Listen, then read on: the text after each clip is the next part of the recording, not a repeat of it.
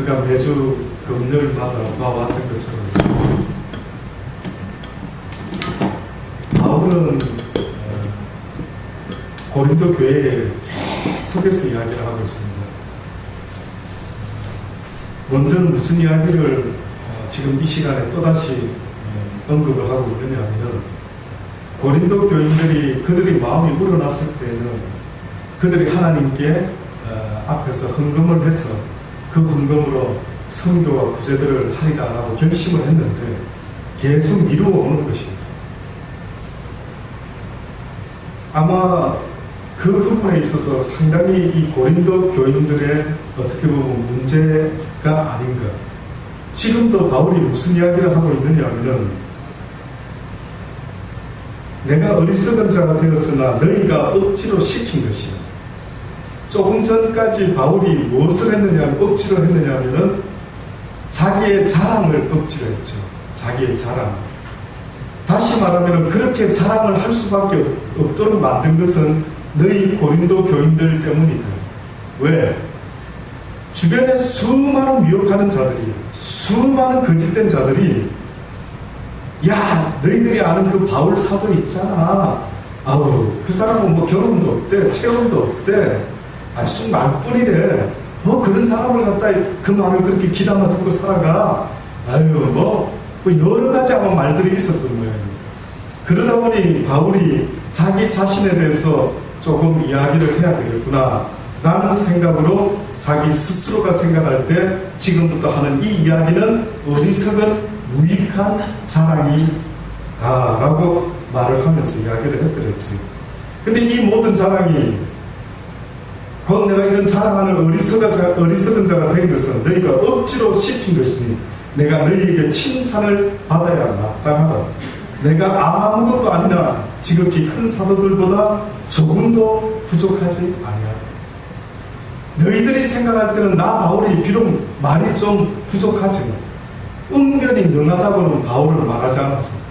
아마 그 당시 때 그릭 사람들은 주로 은변술도 배우고 말을 잘해야 출세한다라고 이렇게 해서, 여러분 아시죠? 공회당이나 어디 모였을 때 사람들 앞에서 국회의원 같은 사람들이 연설을 잘해야 그 말빨을 먹어줬던 것입니다. 그래서 말 잘하는 그런 아주 훈련을 나름대로 받는 그런 어떤 모습들이 그들에게는 아마 있었던 모양이죠. 근데 그게 비하면 바울의 모습은 어떻게 보면 말은 좀 어눌했는지 모릅니다. 근데 바울이 말하는 것은 혹시 내 말은 무창하지 못하지만 내가 아는 이 하나님에 대한 경험은 어떤 사도들보다 조금도 부족하지 않다. 사도에 표된 것은 내가 너희 가운데서 모든 참음과 표적과 기사와 능력을 행한 것이라. 뜻밖에도 다른 거는 다 알겠는데 내가 사도의 표가 된 것은 첫 번째 모습은 바로 참음이다 라고 바울이 뜻밖이지. 내가 너희들에게 사도일 수밖에 없는 첫 번째 증거는 참음이다.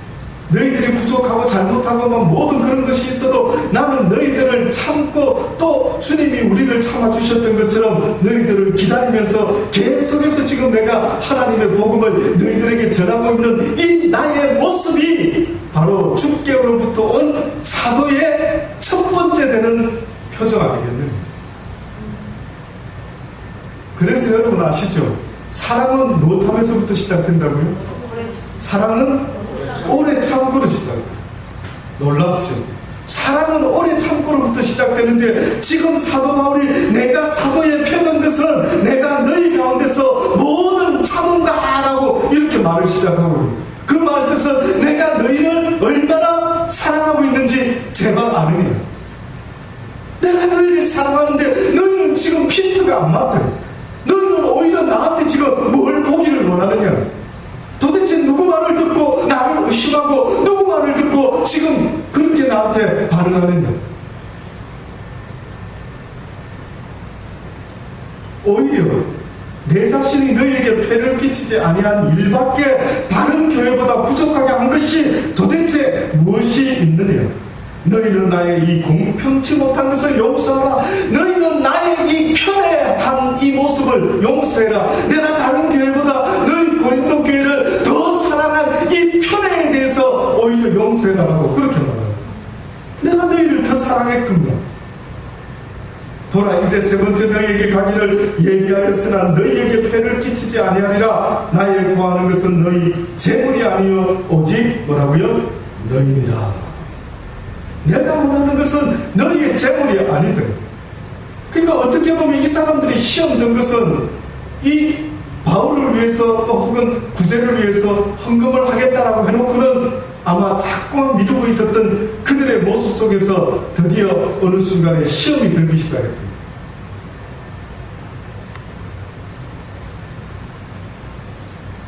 그래서 바울이 지금 이렇게 이야기를 하는 것입니다. 내가 구하는 것은 어떻게 보면 너희의 헌금이 아니다. 내가 원하는 것은 너희의 그 재물이 아니다. 내가 원하는 것은 오히려 너희들을 더 도와줄 수 있다면 내가 더 돕기를 원하는데, 어린아이가 부모를 위하여 재물을 저축하는 것이 아니니라. 너희가 나를 위하여 재물을 저축하는 것이 아니니라. 나의 모든 일에 대해서는 나의 여호와 하나님께서 나를 위하여, 우리를 위하여 모든 것을 저축하고 예비하시는 분이시지 결단코 너희들이 하는 것이 아닌데 어찌하여 너희가 오해를 하였고, 어린아이가 부모를 위하여 재물을 저축하는 것이 아니요 이에 부모가 어린아이를 위하여 하느니라. 그러면서 바울이 이제 말합니다. 내가 너희 영혼을 위하여 크게 기뻐함으로 재물을 허비하고 또 내 재산, 내 자신까지 허비하리니 너희를 더욱 사랑할수록 나는 덜 사랑을 받겠느냐. 결단코 그렇지 않다. 내가 너희를 사랑하면 사랑할수록 혹시나 너희들한테 사랑을 못 받을지라도 나의 하나님께서는 나를 더욱 사랑하시지 않겠느냐. 사람에게서 사랑을 구하는 게 아니었던 겁니다. 바울은 사랑하는 자였지 사랑받기를 인간에게 기대하는 자가 아니었습니다. 잊지 마세요. 아무리 우리가 누군가에게 사랑을 나타내고 애를 쓰지만 그 사람의 마음이 변화되지 않는 한은요, 그 사람이 변화가 일어나지 않는 한 세상의 어떤 사람도 그 사람에게 변화를 줄 수가 없는 거예요. 그래도 전도자들이요, 크리스찬들이요, 실망하지 말아요. 누군가가 네 사랑을 알아주지 아니한다 할지라도 실망하지 말아요. 누구가 내 사랑을 알아준다고? 오직 하나님만이 내 사랑. 힘내시기 바랍니다. 멋지지 않습니까? 만군의 여호와 하나님이 내 사랑을 안다고 하십니다. 지금도 수많은 사람들이 하나님의 존재를 생각할 때마다 무슨 생각을 하는지 모르지만 하나님은, 예수 그리스도는 온 천하의 주가 되신다는 사실을 잊지 마십시오. 그분이 나를 안다고 하시는 겁니다. 그분이 나를 사랑한다고 하시는 것입니다. 그 전능자, 그 절대자, 그 주권자. 와, 생각만 해도 놀라우신 그분. 여러분이 대통령에게 부름만 받아도 가슴이 설레고 쿵탕쿵탕하지 않겠습니까? 내 영혼을 지으시고 온 세상을 창조하신 전능하신 하나님께서 내가 네 사랑을 알아라, 내가 너를 알아라, 세상은 너를 알지 못해도, 세상은 너의 애씀을 알지 못해도 나는 너를 안다라고 말씀해 주고 계시는 것입니다. 내가 너희에게 보낸 자 중에 누구로 너희의 일을 취하느냐. 내가 언제 재물을 위해서 이 일을 하고 있었던 적이 있었는가. 지금도 어떻게 보면 많은 거짓된 자들은 말로는 주의 일을 한다라고 하지만 거의 대부분 많은 사람들이, 죄송하지만 거의 그들의 유익을 위해서 일합니다. 이게 현실인 것 같습니다. 누구를 위하여 전도를 하는지, 누구를 위하여 그렇게 애를 쓰고 선교를 하는지, 모든 사람들이 예수로 인하여 이 세상에서 성공하기를 원하고 있지 않습니다. 뜻밖에도 예수님은 이 세상에서 하나님의 뜻을 나타내기 위해서 성공하기를 원하실 수도 있었겠지만, 그러나 예수님이 말씀하신 성공은 우리가 말하는 그 성공이 아니라 바로 하나님의 뜻을 이루는 성공을 말하는 것입니다. 그래서 어느 날 예수님이 이런 말씀을 하셨지요. 너희가 나를 따라오기를 원하느냐? 그렇다면 이제는 너희를 위하여 사는 자가 되지 말고 예수 그리스도인 나를 위하여, 하나님을 위하여 사는 자가 되라. 너희가 나를 위하여 살면은 어떻게 보면 영원히 살 것이요, 그러나 나를 위하여 죽는 자는 죽지 아니하고 다시 영원한 생명으로 부활할 것이다. 그러니 너희가 사나 죽으나 오직 너희의 삶의 목적, 너희의 삶의 성공은 무엇이어야 하냐? 예수 그리스도를 위하는 일이 돼. 그래서 영어로 만약에 굳이 말을 한다면은 네가 무엇을 위하여 사느냐라고 for라고 물어볼 때 100% 하나님을 위하여. 근데 이 하나님을 위하는 for God이라고 하는 이 표현이요, 어떻게도 바뀌어질 수 있는 줄 아십니까? 그러면 네가 하나님을 위하여 이 땅에서 무슨 직업을 가져도 상관은 없는데, 그러나 네가 어떤 any job을 가져도 상관없지만 너의 삶의 모습은 어떠한 being이 되어야 됩니다. being. 어떤 존재가 되어야 됩니다. 쉽게 말해서 네가 어떤 모습으로 사느냐가 더 중요하지, 눈에 보여지는 그 어떤 걸 위하는 것보다는 존재가 더 귀하다. 목적은 이 땅에 우리의 목적이 없습니다. 우리의 목적은 하나님이기 때문에 하나님께서는 우리에게 어떤 걸 요구하느냐 하면은 네 자신이 거듭나라는 거죠. 네 자신이 변화되어라는 거예요. 네 자신이 날마다 나 여호와 앞에 나와 나 여호와와 함께 동행하는 그런 복된 인생을 살아가기를 원한다라고 지금도 계속해서 말씀하고 있는 것입니다.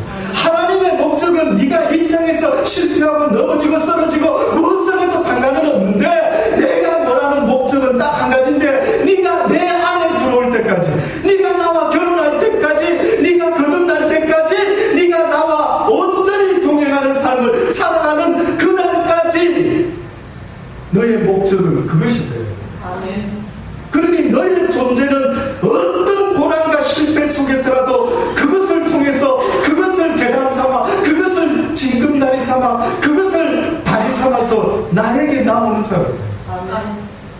나를 향해 달려오는 자가 되어야 돼. 이게 목적입니다. 오늘도 달려가셨습니까? 오늘도 주님과 얼마나 거리가 가까워지셨습니까? 연애하는 수많은 사람을 보면은요, 처음에 서먹서먹한데 어떤 여인이 누구를 사랑하게 되었습니다. 사랑하는 그 죄 때문에 그 사람은 그 사람과 가까워지려고 어떻게 합니까? 얼마나 애쓰는지 모릅니다. 와, 너무 놀라울 정도로, 너무나 놀라울 정도로 그 사랑하는 사람하고 가까워지려고 날마다 생각하고 그가 뭘 좋아할까, 어떻게 할까, 어떤 자기 삶의 직장 생활하면서 어렵고 힘든데 공부도 해야 되고 여러 가지 일도 많이 있지만은 그 사람의 삶 가운데 삶의 의미와 목적은요, 오직 그 사랑하는 사람과 어떻게 하든 가까워져서 결국은 무엇이 되는 겁니까? 결혼하는 줄 알겠습니다. 결론은 결혼 아니겠습니까? 그 나중은 모르겠고, 그 나중은 행복할지 불행할지는 모르지만 연애하는 사람, 누군가를 사랑하는 사람의 마지막 최후 목적은 뭘까요? 결혼 아닙니다. 저는 당신을 사랑합니다. 그러면 결혼은 안 합니다. 이건 무슨 이야기지 도대체? 드라마에서는 볼 수 있지. 사랑하는데 결혼은 안 하겠다. 그럼 여러분 생각할 때 누군가가, 내 자녀가 누구랑 사랑을 나눕니다. 결혼하지? 결혼을 안 합니다. 이해되실 수가 있겠습니까? 그러니 하나님께서도 우리에게 요구하시는 것이 있다면 딱 하나밖에 없는 것입니다. 성경이 증거하기를 하나님께서 온 천하를 만드신 것은 오직 딱 한 분을 위하여 만드셨는데, 뜻밖에도 그 한 분이 내가 아는 것입니다. 뜻밖에도 그 한 분이 누군 줄 아십니까? 예수 그리스도.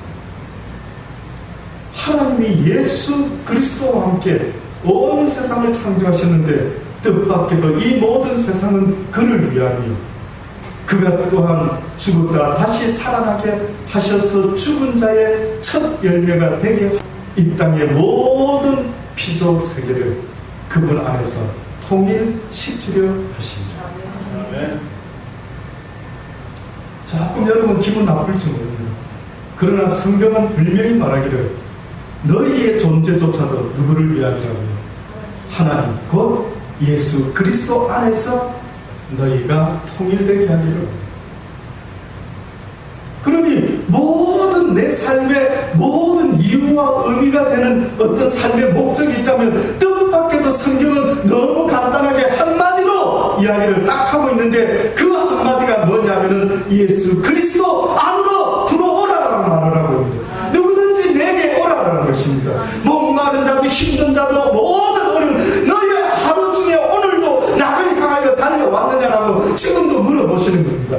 오늘도 너의 일상생활 속에서 어렵고 힘든 생활 속에서 네가 나를 향해 달려왔느냐, 또다시 말하면 네가 오늘도 힘들고 어려운 일 가운데 기도했느냐, 또다시 말하면 네가 그 기도를 통하여 나 여호와를 찾고 구하는 시간을 가졌느냐. 그렇지 않으면 또 절망하면서 에휴 이놈의 세상, 아 열받아, 아 짜증나, 하나님이 살아계시면 나한테 이럴 수가 있습니까? 내가 뭘 잘못했다고. 부끄러운 것입니다. 여러분을 지은 하나님은 여러분의 존재가 목적이 오직 예수 그리스도 안으로 달려오기를 원하는 그것 말고는 아무것도 없습니다. 아무것도 하나님은 여러분한테 허락하지 않습니다. 여러분이 원하는 그 어떤 것도 허락하지 않을 것입니다.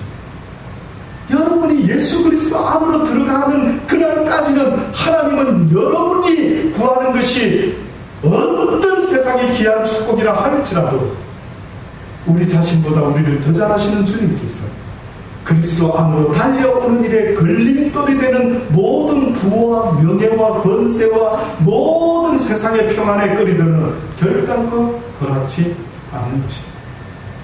살아보십시오. 얼마나 더 살아야 이 진리를 깨달을 수 있는지.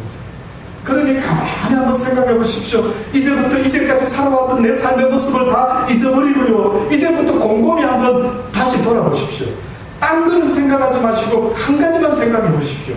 바울이 이런 말을 했습니다. 어떤 말을 했는지 아십니까? 나에게 인생의 목적이 나는 육신 가운데 살아도 좋고 육신을 떠나서 하나님의 나라에 빨리 가도 좋은데, 그러나 내가 육신 가운데 사는 것은 오직 한 가지 목적밖에 없다. 내 앞에 놓인 어떠한 푯대가 있는데 나는 그 푯대를 향해서 달리게 하는 마라톤 선수와 같이 나는 좌우로 어떤 것도 보지 않고 내가 가다가 실패하든 넘어지든 쓰러지든 오직 내 삶에 있어서 잠시도 잃어버릴 수 없는 내 인생의 목표가 있는데 그것은 바로 예수 그리스도.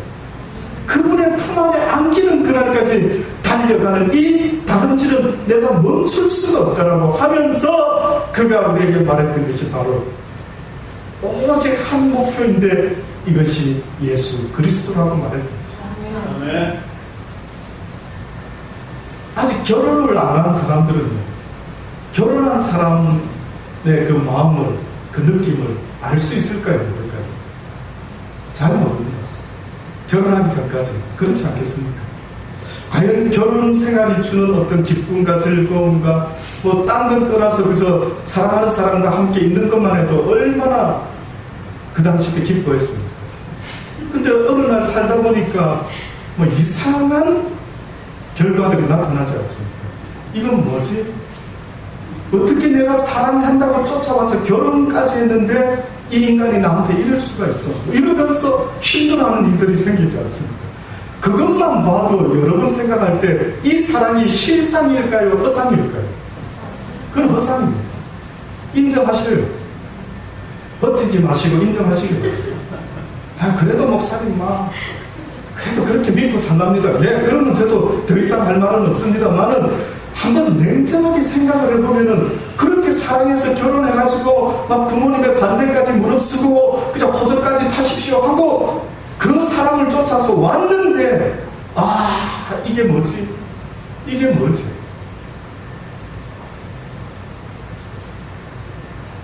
그것만 봐도 어떤 면에서는 우리가 택한 그 사람이 분명히 잘못되었다는 것을 잊지 마십시오. 그거는 실상이 아니었던 것이죠. 그래서 하나님은 어떻게 보면 이 땅에 존재하는 모든 인간 삶의 어떠한 모형들은요, 하나님의 나라의 실상을 대변한다고 하지 않습니까? 그래서 성경은 말씀하시기를 너희가 그렇게 목숨까지 바꿀 수 있는 유일한 사람, 그 사람을 위해서라면 뭐든지 하지. 바로 그 사랑의 대상이 누구라고 말합니까? 예수 그리스도는 너희의 누구라고요? 신랑이요. 오직 너희는 나의 신부라. 이 사실이 믿어질 수 있게 되기를 주의 이름으로 축원합니다. 이 사실이 뼈저리게 믿어지게 됩니다. 오히려 어렵고 힘들고 남편의 핍박이 있으니까 오히려 그렇다고 한다면 감사합니다. 주님 감사합니다.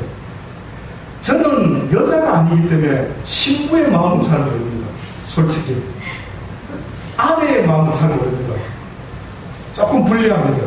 여성 동포들보다 제가 하나님을 섬김에 있어서 신앙생활함에 있어서 어떻게 보면 조금 불리한 조건이 뭔지 아십니까? 저는 남자고 성경에서 말하는 그 남자는 오직 예수 그리스도고 우리 모두는 그의 신부라고 하니 신부의 마음을 잘 모르겠어요. 그래서 그런지 교회는 남자분들보다 누가 더 많은 것 같습니다. 여자분들이 좀 많은 우리 교회와 같이.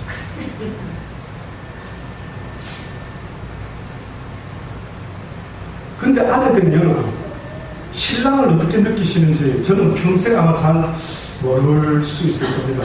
아무리 제가 그 입장을 생각하고 또 생각한다 해봐도 과연 여자된 여러분이, 신부된 여러분이 육신의 신랑을 한번 경험해보고 얻는 깨달음은 제가 아무리 이해를 하려고 해도 온전히 다 깨달을 수가 없을까.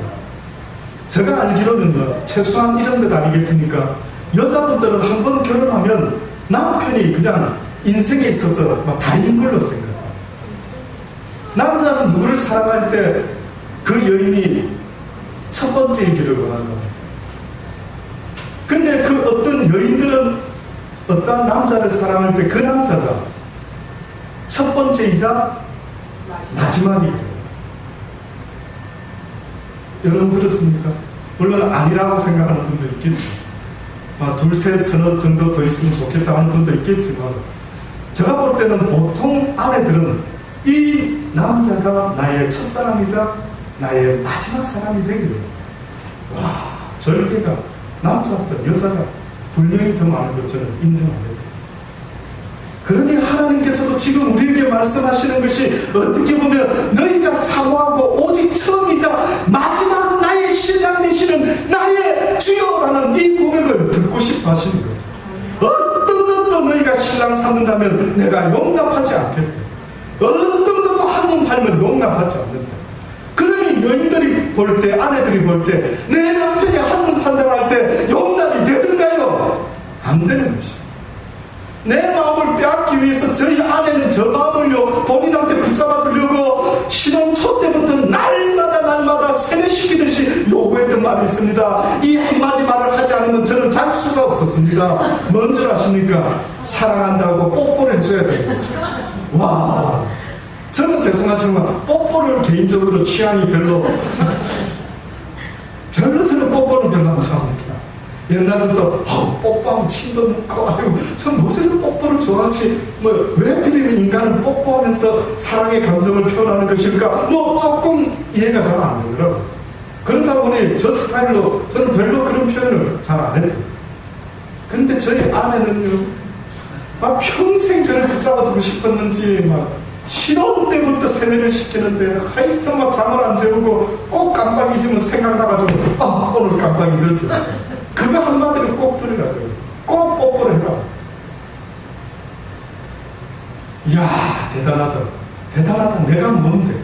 나라면서 남편이 뭐 그렇게 대단한데 이렇게까지 나한테 모든 걸 올인하는 저 여인의 그 사랑을 봐서라도 저도 서서히 변화된 것 같아요. 처음에는 안 그랬는데 오히려 서서히 저 여인의 그 간절한 사랑을 보고, 그래, 한 여인을 구원해야 되겠다, 한 여인을 실망시키면 안 되겠다, 한 여인만이라도 그런 생각 때문에 언젠가부터 저의 마음이 점점 더 변화되어 갑니다. 이 마음이 주님이고, 그래서 성경 구구절절 뭐라고 말씀합니까? 너희가 나보다도 누구를 더 사랑하면 너희의 육신의 부모나 형제나 남편이나 아내나 자매나 그 누구를 더 사랑하는 일이 있으면 오히려 원수가 네 집안에 있다고 하죠. 와, 무섭죠? 대단하신 분입니다. 엄청난 질투의 화신이십니다. 그럼 노골적으로 말하지 않습니까? 나 여호와는 질투하는 신이다. 아시죠? 질투는 모든 걸 삼켜버려요. 하나님이 지금 우리한테 원하는 딱 한 가지는 너와 내가 결혼하자. 너와 내가 결혼 좀 하자. 이제 그만. 사랑은 하는데 주님 결혼까지는 부담스럽네요. 계속 그러고 있는 것이. 왜? 결혼하는 그 순간부터 우리는 서약을 했기 때문에. 신랑 나 이혼은 슬픈 일이 있으나 기쁜 일이 있을 때나 어떤 일이 있어도 아내를 버리지 아니하고 위하여 사랑하며 도울 것을 맹세합니다. 이런 말하기 때문에 그 다음부터는 내 인생이 있는 겁니까? 없어져 버립니다. 이제는 내 삶의 의미는 그대예요. 그대의 삶의 의미가 또 나로 바뀌어요. 주체가 바뀌어버려요. 와, 사랑의 원리가 희한하죠. 누군가를 사랑하고 결혼을 사랑까지는 바라시어도 말든 문제가 다른데 결혼을 딱 하게 되는 순간부터는 상황이 완전히 달라져요. 맞죠? 근데 표정이 그럴 수도 있고 아닐 수도 있고 이런 듯한 느낌이 드는 거예요. 확실합니까? 결혼만 안 했더라도 그렇죠. 내가 결혼만 안 했어도 내 인생 새롭게 한번 시작해 오겠는데 그 결혼이 나의 구속이 돼요. 인정하시죠? 징글징글한데도 이 결혼한 바람에 미우나 고나 또 밥 해주고 빨래 해주고 또 챙겨주고 속이 문드러지는데도 저는 그래서 어머니가 여인들이 정말로 하늘나라에 가면 남자보다 확실히 많을 것이다. 그 희생 너무나 주님을 닮은 것 같아요. 주의 사랑을 닮은 것 같아요. 아마 남자들은 틀림없이 하늘나라 가면 비교할 수 없는 숫자가 올라가 있을 거예요. 그런 생각이 들어요. 그러니 주님께서 주님과 결혼하는 순간부터 미안하지만 이제는 네가 사는 것이 아니에요. 이제는 바울도 고백한 것처럼 내가 무엇을 먹든지 마시든지 오직 누구를 위하여 살아야 된다. 나의 주, 나의 하나님을 위하여 산다라고 고백할 수밖에 없었던 것입니다. 그래서 예수 그리스도를 믿는다는 그 순간에 그가 말했던 것처럼 내가 이제는 예수 그리스도와 함께 십자가에 못 박혀 나 바울은 죽었고 나의 모든 육신의 나를 위한 감정과 욕심은 이제 십자가에 못 박아. 이제는 내 감정적으로 살지 않을 것이, 이제는 내 육신을 위하여 살지 않을 것이 오직 예수 그리스도를 위하여 살 것이다. 그러니 계시록에 뭐라 말합니까? 내가 문 밖에 서서 문을 두드리노니 누구든지 내 음성을 듣고 문을 열면 내가 그에게로 들어가 그로 더불어 먹고 마실 것이고 그는 나로 더불어 먹고 마시게 될 것이니 이제는 주체가 바뀐다. 그 말은 곧 이제 네가 사랑하게 될 때, 이제 네가 내 사랑의 문을 열어줄 때, 이제 네가 내 사랑을 받아줄 때, 이제 네가 내 사랑을 받아주고 그래 나도 당신을 이제 사랑합니다 라고 고백하는 순간에 딴딴딴 결혼을 하게 되지 않습니다. 그 순간부터 우리는 맹세를 했던 것입니다. 이제는 내가 살아주구나.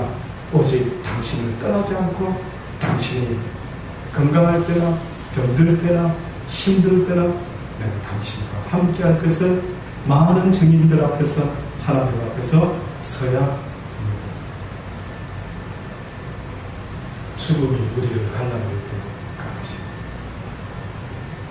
그러나 하나님과 우리의 사랑은 죽음도 갈라놓을 수가 없다는 거죠. 너희에 대한 내 사랑은 금과 끊을 수가 있겠느냐. 그러니 여러분, 바울이 복음을 전했던 것은 자기의 유익을 위해서 한 게 아니었던 것입니다. 돈 벌려고 했던 게 아닙니다. 돈이 생기든 돈이 생기지 않든 또 교인들은 아마 달랐던 거예요. 들리는 소리가 그래도 그렇지 온갖 세상의 이야기를 듣고 있었는지 바울이 뜻밖에도 고린도 교인에게 내가 너희들에게 가는 것은 헌금을 내 나라로 하는 것이 아니라 어떻게 어린아이가 부모를 위하여 재물을 저축하는 것이겠느냐, 오히려 부모가 어린아이를 위하여 재물을 저축하는 것이 아니겠느냐. 내가 디도를 보내서 그를 보내노니 그는 또한 이를 취하는 자가 아니니라. 그와 나는 동일한 성령으로 행하는 자이라. 동일한 보조로 그가 너희들에게 똑같이 나와 같이 행하지 아니하더냐. 이때까지 우리가 우리를 너희에게 변명하는 줄로 생각하는구나. 우리가 그리스도 안에서 하나님 앞에서 말하노라. 사랑하는 자들아, 사랑하는 자들아, 이 모든 것은 너희의 덕을 세우기 위하여, 너희의 믿음 위에 덕을 세우기 위함이다. 다시 말해서 너희가 믿는다라고 하면서도 지금 그렇게 하나님 앞에 덕을 세우지 못하는 너희들의 그 모습들, 그것을 바로 세우기를 내가 원해. 내가 갈 때에 너희는 나와 원하는 것과 같이 보지 못하고 또 내가 너희에게 너희의 원치 않는 것과 같이 보일까 두려워하여. 바울이 지금 두려워하는 것은 딱 한 가지입니다. 다툼과 시기와 분념과 당 짓는 것과 중상과 수근수근하는 것과 거만함과 어지러운 것이 있을까 두려워합니다. 고린도 교인들의 지금 모습이 꼭 성경에 말하는 말세 때 사람들에게 있어지는 모습을 그대로 말씀하고 있습니다. 정말로 마지막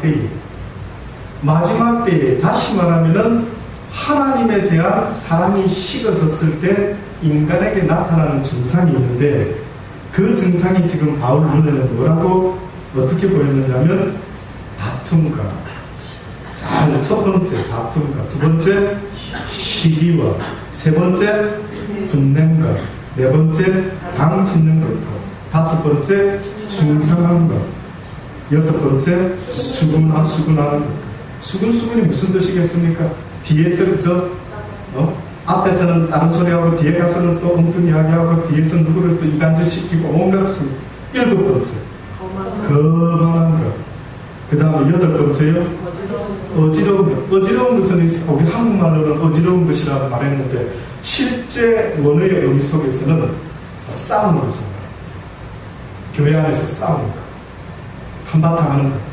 내 마음에 안 들다 싶으면 교회든 나발이든 신경 쓰지 않고 막 목소리 높여 싸우는 것. 또 내가 다시 갈 때에 내 하나님이 나를 너희 앞에서 낮추실까 두려워하고, 또 내가 전에 죄를 지은 여러 사람의 그 행한 바, 죄를 지은 여러 사람의 그 행한 바, 더러움과 음란함과 호색함을 회개치 아니함을 인하여 근심할까 두려워. 바울이 두려워하고 근심하는 것은 내가 너희들에게 이렇게까지 말을 하는데도 너희가 회개치 못하고 깨닫지 못할까봐 나는 그것이 더 두렵고 들린다라고 그렇게 말을 하고 있는 것입니다. 성경 구구절절 말씀에 보면 마지막 때의 내 모습, 다시 말해서 그리스도의 사랑이 식어진 자들의 마지막, 이제는 종말의 모습이 세상의 종말 때도 그렇지만 내 인생의 종말 때도 똑같이 나타나더라고요. 내가 어느 순간에 하나님의 사랑을 잃어버리고 내 이웃 사랑 행하기를 거치는 그 순간에 나의 모습이 나도 모르게 변하기 시작하는데, 그 원인이 사랑인 줄도 모르고 내가 어느 순간에 변화되기 시작하는데 보니까 노하고 다투고 시기하고 질투하고 싸우고 썸내고 분노하고 중얼중얼하고 수근수근하고. 디모데후서 3장 1절을 보면 내가 이것을 알라. 말세에 고통하는 때가 이르니 왜 너희들이 고통하게 되는 줄 아느냐. 사람들은 자기를 사랑하기 때문에, 자기를 사랑하며 돈을 사랑하며 자긍하며 교만하며 회방하며 부모를 거역하며 감사치 아니하며 거룩하지 아니하며 무정하며 원통함을 풀지 아니하고 참소하며 남을 원망 저 인간 죽여주소서 저 원수 같은 인간 참소하며 절제하지 못하고 싸나우며 선한 것을 좋아 아니하며 배반하며 팔며 조급하며 자고하며 쾌락을 사랑하기를 하나님 사랑하는 것보다 더 결국은 하나님의 사랑에서 멀어지기 시작할 때에 한 인간의 종말은 시작되고 있습니다. 하나님에 대한 달려가는 그 간절한 사모함이 어느 순간에 멈추는 순간 뜻밖에도 내 모습은 나도 모르는 모습으로 바뀌어가기 시작하는데 지금과 같은 이런 아주 순한 모습으로 변해가기 시작합니다. 인간이 너무 순해집니다. 여러분 어떤 인간을 볼 때 인간이 저렇게 늙으면 안 되는데 뭐 인간이 저래서는 안 되는데 이런 말 하시지요. 어떤 때 그런 말 하십니까? 어떤 인간의 모습을 보면 여러분은 목사님이 저래서는 안 되지, 와 장로님이 저래서는 안 되지, 와 집사님이 저래서, 와 저 나이 먹은 어른이 저래서는 안 되지, 아 사장님이 저래서는 안 되지. 뭘 볼 때 그러십니까? 어떤 모습을 보길래 와 사람이 저러면 안 되는데 그 모습이 바로 이 모습 아닙니까? 원통함을 풀지 아니하고 만나는 사람들마다 어떤 인간을 참소하고 싸납고 선한 것을 좋아하지 않고 배반하고 돈만 생긴다면 이익만 된다면 내 부모 형제까지 팔아먹고 조급하고 빨리 자고하고 어디 가서 날마다 자기를 자랑하고 그러면서도 자기의 쾌락을 위해서는 조금도 아끼지 아니하고 그래서 바울이 디모데가 하나님 사랑하는 것보다 모든 세상의 쾌락을 그가 더 사랑한다. 이 모습을 영적으로 이렇게 말합니다. 저들은 겉으로는 교회 다니는 고린도 교인들과 같이 경건의 모양은 있으나 경건의 능력은 없는 자가 아니라 뭐라고 말하는지 아십니까? 바울이 경건의 능력을 부인한 자. 쉽게 말하면 자기 속에서 경건의 능력이 나타나지 않은 이유가 자기 스스로 경건을 어떻게 했다고요? 부인했다. 이야, 같은 말을 해도 쉽게 말하면 주체가 누구라고요? 니다. 성경에도 가인에게 뭐라고 이야기했습니까? 가인이 선을 행하면 네가 어째 낯을 붉히겠느냐? 네가 어떻게 하나님의 말씀대로 제단을 쌓았다면 네가 어떻게 그렇게 화를 낼 수가 있었겠느냐? 네가 선을 행치 아니하면 무엇이 그의 문 앞에 엎드린다고요? 죄가 문 앞에 엎드릴 것이고 그 죄의 소원은 어디에 있다고요? 너에게 있고 너는 죄를 어떻게 한다고요? 다스릴 것이다. 너는 죄의 주권자가 있다. 이게 영의 법칙입니다. 그러니까 사단을 어떻게 보면은요, 우리로 하여금 범죄자로 만들어내는 것입니다. 원흉이 사단이 아니라 비록 자기가 원인은 제공했지만 그 원인에 대한 책임은 누구한테 돌린다고요? 그것을 선택한 인간들에게 돌립니다. 그래서 사단이 지옥 갈 때 누가 따라갈 수밖에 없다고요? 그것을 선택한 인간들은 따라갈 수밖에 없다. 놀랍지. 그러니 사단이 어떻게 보면은 사단이 무슨 짓을 했다라고 이렇게 변명을 못하게 됐습니다. 저는 뱀 때문입니다. 누가 그랬습니까? 하와가 그랬지. 아담에게 야 왜 그랬어? 당신이 지어준 여자 변명했죠. 여자야 왜 그랬어? 그랬더니 누구한테 했다? 누구 때문이라고요? 뱀 때문에. 그러면 우리 생각에 그게 합당한 변명 같으면 하나님이 들어줘야 됩니까? 들어주지 않아야 됩니까? 들어주셨어요. 실상은 누구 때문에 그런 일이 일어나는 거 맞습니까? 뱀 때문에 하와가 유혹받은 거 맞지? 그러면 좀 억울하지 않습니까? 나한테 그럼 뱀을 혼을 내시던가. 그래 뱀은 이미 이제는 그의 결과는 소망이 없는 점. 단지 하나님이 내버려 두고 뭔가 선을 위해서 써먹고 있을 따름이지. 그 뱀에게는 뭐 소망이 있어서 야 너 왜 그랬는데 안타깝다 야 뱀아 이렇게 아예 물어도 보시지 않고 결국은 뱀이 했다라고 변명을 했으면 좀 봐주셔야 되는데 봐주지를 않는 것이. 봐준 걸까요? 여러분 느낌에 목사님 왠지 봐준 것 같은데 봐줬는데 애 낳을 때 그렇게 힘들었습니까? 다들 그러더라고요. 나를 이렇게 만든 저 인간 머리털을 다 뽑고 싶다. 제가 하는 너무 코미디 같은 이야기가 실제입니다. 시드니에서 만나는 집사님 내려보냈어요. 와이프 되는 분은 간호원이었는데 덩치가 꽤 있었어요. 힘도 세 보이더라고요. 남편은 호리호리 하더라고요. 어떻게 그렇게 또 부부가 또 한쪽은 좀 덩치 있고 근데 그 남편은 너무나 여성스럽고 그 아내는 너무나 화끈하더라고요. 그 남편이 어느 정도로 제가 뭘 보고 목사님 그분이 여성스럽다고 말합니까? 어떤 분인지 아십니까? 일하고 차를 몰고 다니다가요 길가에 핀 꽃이 보이면 서가지고요 그 꽃을 따가지고 아내에게 갖다 주는 남편. 그럼 어떤 정도일까? 꽤 참 여리고 참 마음 깊고 뭔가 아내에 대한 사랑. 근데 뜻밖의 그 아내 입에서 놀라운 감정을 들었던 거죠. 자기가 그 남편의 마음도 다 알고 너무너무 자기도 남편 결혼하고 좋아하고 사랑하고 그래 살고 있더라고요. 그런데 아이를 놓을 때 있었던 이야기를 해주는데 그 머리털을 다 뜯어 뽑고 싶더라고요. 그래서 왜 그렇게 입었는지 모르는데 그 남편이 호주에서는 그 남편 들어오라고 하거든요.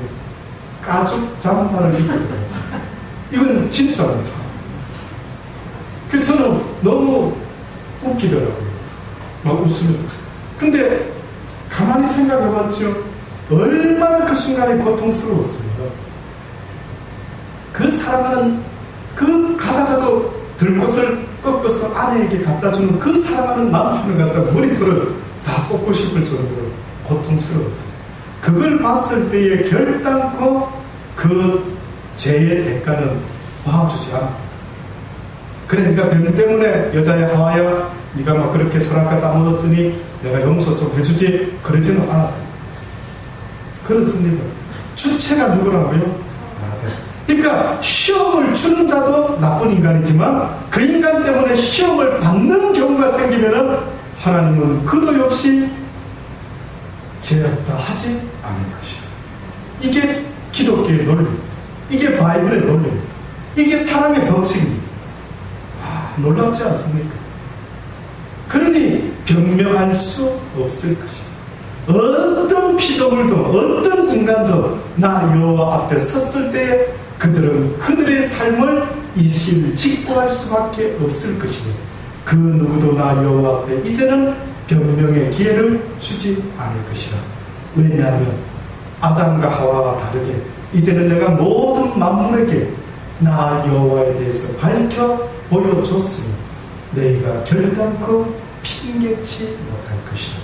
뿐만 아니라 그 시대마다 내가 나의 종들을 이 땅에 보내어 내가 너희들에게 나 여호와를 전했으니 그들의 말을 귀담아 듣지 않은 모든 자들아 너희가 결단코 핑계치 못할 것이다. 잊지 마십시오.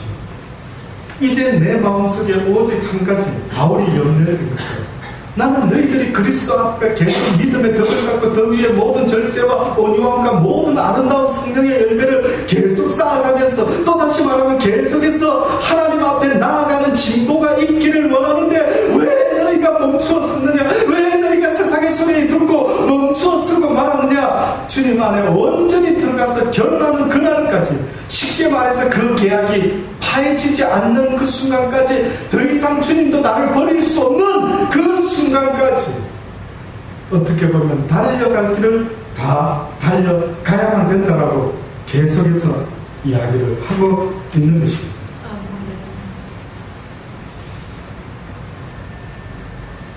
그래서 에베소서 6장 10절에 보면 딱 한마디 말씀하고 있습니다. 너희가 그렇게 되기 위해서 정말로 너희가 주 안에서와 그의 힘의 능력으로 강건하여지고 마귀의 계획을 능히 대적하기 위하여 하나님의 무엇을 입으라고요? 전신 갑주를 입으라. 우리의 씨름은 혈과 육에 대한 것이 아니기 때문에 영적인 하나님의 말씀을 무기로 가져야만 돼요. 너희가 하나님께 달려나가기 위해서는 달려나갈 수 있는 힘, 능력, 의지 이 모두부터 공급을 받아야 된다고요. 하나님의 말씀으로부터 공급. 그러니 여러분이 오늘 하루도 하나님의 말씀을 얼마나 읽었는지를 돌아보면은 여러분이 오늘도 하나님을 향해 달렸는지 아니면은 달리고는 싶었는데 목사님 달리지 못한 것 같아요. 오늘도 좌절하고 넘어지고 쓰러지고 저는 왜 이럴까요? 저는 왜 이럴까요? 왜 그런 줄 아십니까? 하나님의 말씀을 먹는 시간이 너무 없기 때문에 하나님의 말씀을 읽는 것은 듣는 것은 고작 1시간도 채 안 되는 것을 여러분 스스로 돌아보십시오. 무엇이 나한테 더 영향을 끼치는지 제발 좀 보십시오. 여러분은 그러고 싶지 않는데도 여러분이 날마다 보고 듣는 것이 내 마음과 생각을 사로잡는다는 사실을 왜 알지 못하십니까? 내가 보는 그것이, 내가 듣는 그것이 내 영혼에 영향을 미치고 있다. 알게 모르게 세상 이야기 자꾸 듣다 보면, 세상 사람 만나다 보면, 돈 버는 이야기 너무 집중하다 보면 하나님의 말씀 듣는 시간은 고작 일주일에 얼만큼 돼요. 저는 그래서 저 개인적으로 여러분에게 일주일에 한두 번 카카오톡으로 글을 보내지 않습니다. 밥 주는 심정으로 줍니다.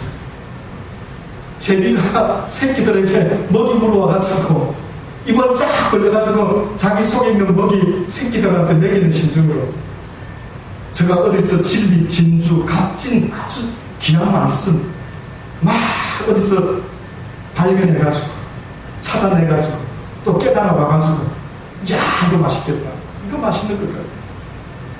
너무 많이 먹이면 또 배부르다고 읽다가 말겠지. 어떻게 하면 적절한 사이즈로 보낼 수 있을까? 뭐 이런 생각까지 하고 있어요. 그래서 한날은 어느 기도자의 감정이라는 이름으로 보내야 되고 또 한날은 주님의 마음을 담은 시라는 이름으로 아버지의 마음을 좀 전해봐야 돼요. 세상 인간이 쓴 시도 있겠죠. 그러나 저의 하나님이 깨닫게 하신 그 마음을 가지고 아버지의 마음, 아버지가 전달되기를 바랍니다. 그 마음으로 제비가 어디서 맛있는 먹이 구해와가지고 새끼들한테 입을 짝짝 벌면서 주려고 하는 그 심정으로 주는데 그 가치를 혹시 지금은 못 느끼실지 모르지만 언젠가는 꼭 느끼실 수 있게 되기를 저는 바랍니다. 고마운 분이시네요. 목사님 참 내 인생에 참으로 고마운 분이시네요. 언젠가 이 땅을 떠나기 전에 여러분의 입에서 그런 소리 저는 한번 들어봤습니다. 아마 바울의 마음이 그런 거 아니겠어요? 고린도 교인들아, 내가 너희들을 사랑하는 이 애쓰는 마음을 어째 몰라주나? 어째서 너희가 자꾸만 딴소리만 하는데?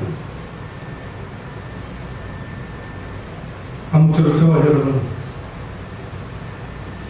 하나님의 말씀으로 날마다 힘과 능을 공급하고 전신 갑주를 입으며 날마다 하나님께 가까이 가지 못하게 하는 악한 공중에 권세진 그 전사와 권세와 이 세상 어둠의 주관자가 능히 대적하고 이길 수 있는, 그래서 하나님 안에 온전히 안기는 그날까지 나의 달려갈 길 멈추지 않도록 결심하고 작정하셔서 사단아 나를 넘어뜨려봐. 그래 사단아 열받게 해라. 내가 해지기 전에 다 풀리라. 네가 암만 나를 건드려도 내가 가는 길 멈추지 않을 것이다. 내가 이해되는 일이 있든 이해되지 않는 일이 있든 아무리 내 삶 속에 엄청난 슬픔 같은 어떤 일이 있을지라도 내가 슬퍼하지 않는 것은 나의 주, 나의 사랑, 나의 신랑, 나의 주님이 계시니 나는 오직 그분만을 바라보며 그분과 결혼하여 혼인잔치가 있는 그날까지 내 인생 멈추지 않을 것이라고 결심하고 달려가는, 그래서 우리는 함께 팀을 구성한 마라톤 선수같이 어떻게 보면은 한국 대표팀, 일본 대표팀, 대표팀들처럼 물된 동산 대표팀이 되어가지고 오직 그 주님 품 안에 들어가기 위하는 그 목적 하나로 달리다가 누가 낙심하고 쓰러지고 넘어지면 때로는 잡아주고 밀어주고 때로는 징계도 해주고 야단도 쳐주고 그러면서 끝까지 그 나라까지 갈 때까지 모두가 다 꼴이 날 수 있게 되길 간절히 주의 이름으로 고백합니다. 기도하시겠습니다. 하나님 그렇습니다. 우리를 만나게 하신 하나님, 한 팀을 이루게 하신 하나님, 아버지 이 땅에서는 비록 물된 동산이라는 이름 아래 한 팀이 되었지만 그러나 이 땅에는 수많은 하나님 안에서 한 팀이 된 하나님의 자녀들이 있을 줄 믿습니다. 그들이 손에 손을 잡게 하시고 그들이 서로 비방하지 않고 그들이 서로 사랑함으로 하나님의 나라까지 꼴이 날 수 있는 우리 모두가 되게 하여 주옵소서. 때로는 당겨주고 밀어주고 때로는 격려해주며 때로는 맛있는 것을 사주며 때로는 야단도 쳐주며 바울이 고린도 교인들에게 행했던 것과 같이 사랑하기 때문에 오래 참음으로 그들을 끝까지 대했던 그의 모습이 곧 우리의 모습이 되게 하여 주옵소서. 예수님의 이름으로 감사하며 기도드리옵나이다. 아멘.